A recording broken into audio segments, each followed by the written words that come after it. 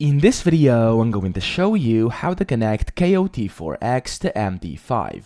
Now, the first thing I must tell you is that you can't actually directly connect KOT4X to MT5 because if you go to my accounts over here and then select the account type, as you can see over here, they actually do support Trade Locker. So the first thing you're going to have to do is you will have to create a Trade Locker demo or live account and then sign into it via the credentials provided to you by KOT4X inside demo.tradelocker.com or live.tradelocker.com.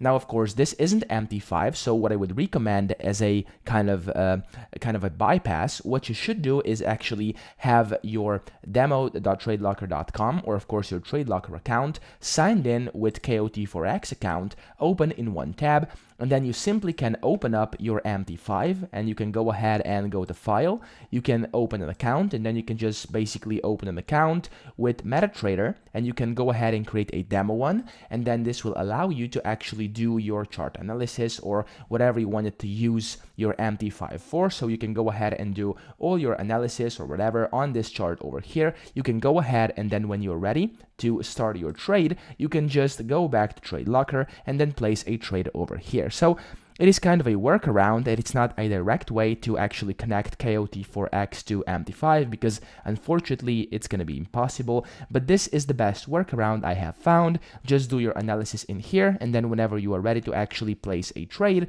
go ahead, open up the Trade Locker, sign in with KOT4X, and then place a trade in here. So that's pretty much it. I hope this video helped you out. If it did, please subscribe to the channel and help me out as well.